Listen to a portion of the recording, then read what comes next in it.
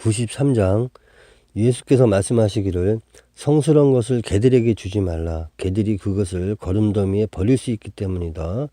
돼지들에게 진주를 주지 말라. 돼지들이 그것을 진흙덩이로 만들 수 있기 때문이다. 그렇죠. 개 돼지한테 좋은 걸 줘봐야 그것은 거룩해질 수 없습니다. 그렇죠. 좋은 것은 좋은 것, 또 거룩한 것, 이런 것을 성스러운 것을 주지 말라. 진주를 주지 말라 말이죠. 결과적으로 여기서 성스럽고 진주 이런 것은 말씀입니다. 진리의 말씀이죠. 성스러운 말씀, 하느님 말씀을 개 돼지한테 주지 말라는 것이죠. 성서에 보면 개 돼지는 배도자, 배도자라는 것은 등배의 길도자죠. 그래서 도를 버린다. 하느님의 말씀과 등지었다. 결과적으로 성서를 토대로 말씀을 드리면 여기서 개 돼지는 처음에는 하느님을 믿었어요. 예수님을 믿고 하나님을 믿고 했던 사람들이 하느님의 말씀을 떠난 거죠. 그것을 여기서는 성서에서는 개 돼지라고 합니다. 그들한테 성스럽고 진주 이러한 생명의 말씀을 다시 줘봐야 안 된다. 주지 말라는 말씀입니다. 그리고 이것은 일반적으로 보게 되면 개 돼지는 짐승이죠. 이게 사람이 아닌 하느님의 말씀이 씨가 없는 그런 사람한테는 성스러운 것을 줘봐야 안 된다는 것입니다. 하지만 성서를 토대로 얘기한다면 안타까운 말이지만 하느님과 예수님을 믿다가 배신하고 나가서 세상 것과 친해져서 다른 길을 가는 사람들한테는 다시 말씀을 전하지 말라는 말씀으로도 새길 수가 있는 것입니다. 94장 예수께서 말씀하시기를 찾는 자는 발견할 것이다. 두드리는 자에게 열릴 것이다. 천국을 찾는 자, 천국 문을 두드리는 자에게 열릴 것이다. 찾고 구하고 두드려야겠죠.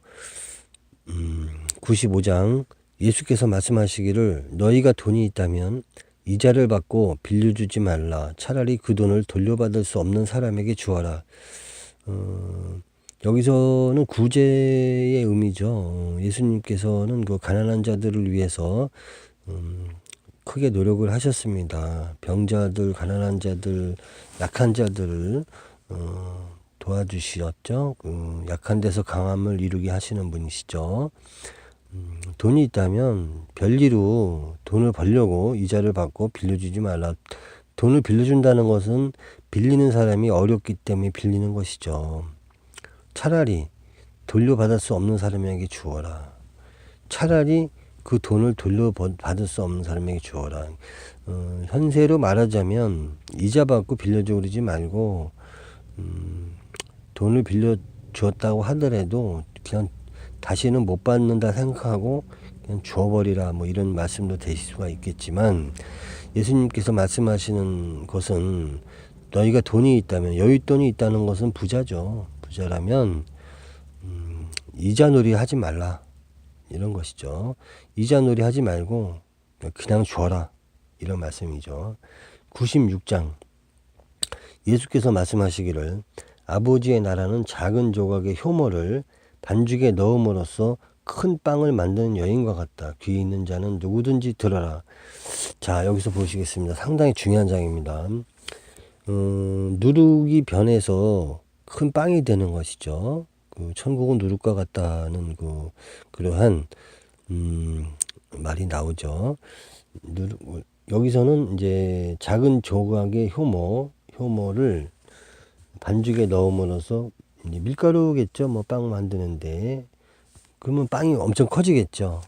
그럼 이것을 만든 여인과 같다. 천국 아버지의 나라가 천국이죠. 천국은 이 여자를 뜻합니다. 여기서는 여인과 같다는 것은 이 여인이 효모를 밀가루 반죽에 넣어가지고 큰 빵을 만들어서 변화시키는 겁니다. 그래서 여인이 빵을 만드는 사람이죠. 여기서는 그렇기 때문에 하느님의 말씀 씨가 사람한테 들어가서 그것이 변화되어서 속사람이 성장하고 생명나무가 되어서 잎사귀가 열리고 열매가 열리고 하늘의 새들이 와서 공중의 새들이 와서 깃들이게 되는 것과 마찬가지로 하나님의 말씀으로 속사람이 크게 변화되어야 한다는 것이고, 그렇게 하는 사람, 여인이 아버지의 나라, 하나님의 나라가 있는 것과 같다.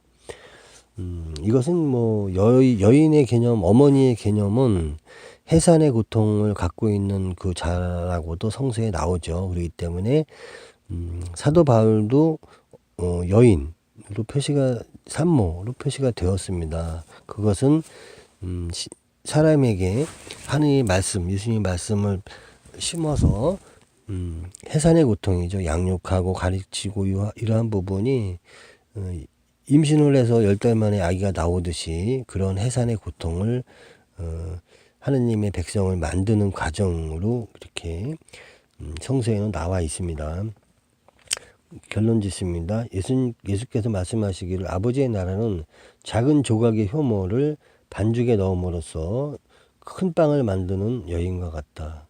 귀 있는 자는 누구든지 들어라. 변화가 되어야 된다는 말이죠. 자, 97장 예수께서 말씀하시기를 아버지의 나라는 밀가루가 가득 담긴 항아리를 이고 가는 여인과 같다.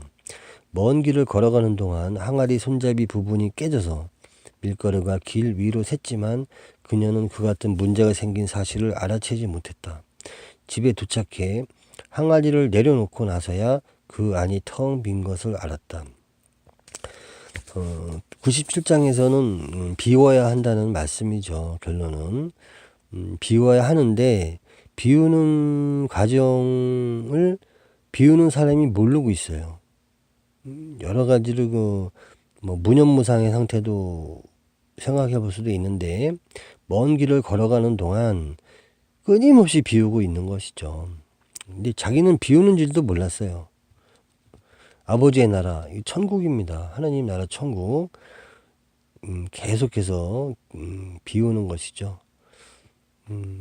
안에서 집 아버지의 나라 그 안과 밖이 동일시되는 부분일 수도 있고, 꾸준하게 항아리를 가지고 머리에다 이고 꾸준하게 가는 거죠.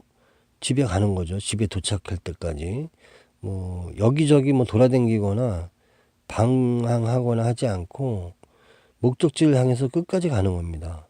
하면서 자기 자신을 비우는 것이죠. 집에 도착해서 항아리를 내려놓고 나서야 그 안이 텅 빈 것을 알았다. 약간 좀 무지한 감도 있지만 이 여인은 항아리를 이고 밀가루가 새면서 왔지만은 거기서 뭐 동서남북으로 막 돌아다니고 방황하고 누구 이렇게 하지 않고 꾸준히 한 가지 목표를 향해서 갔다는 것이죠. 그리고 가면서 끊임없이 세상 것들을 비운 것이죠. 자기 마음속에 있는 여러 가지 안 좋은 부분, 그러한 자기 마음속에 있는 가라지, 이런 부분을 다 비웠다는 그런 것이죠. 그럴 때 천국이 있는 것이죠. 98장 예수께서 말씀하시기를 아버지의 나라는 힘센 자를 죽이고자 하는 사람과 같다. 그는 힘센 자를 죽일 수 있을 만큼 자신의 힘이 충분한지 확인하기 위해 자신의 집에서 자신의 검을 뽑아 벽을 찔러 본 뒤 그 힘센 자를 죽였다.